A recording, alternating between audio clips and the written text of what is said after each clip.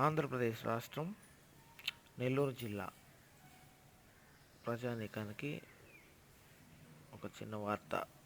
ఈనాడు దినపత్రికలో ఆగస్టు 7వ తారీఖు ప్రచురితమైంది.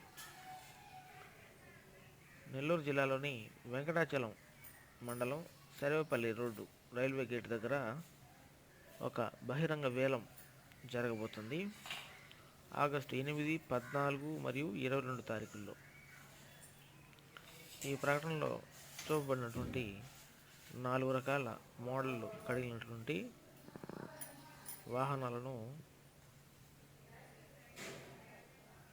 శ్రీరామ్ ఫైనాన్స్ లిమిటెడ్ వారు ఫైనాన్స్ ద్వారా విక్రయించగా, బాకీదారు లోన్ చెల్లించకపోవడం వల్ల వాళ్ళు ఆయా తేదీల్లో విక్రయిస్తున్నారు. సద్వినియోగం చేసుకోగలరు.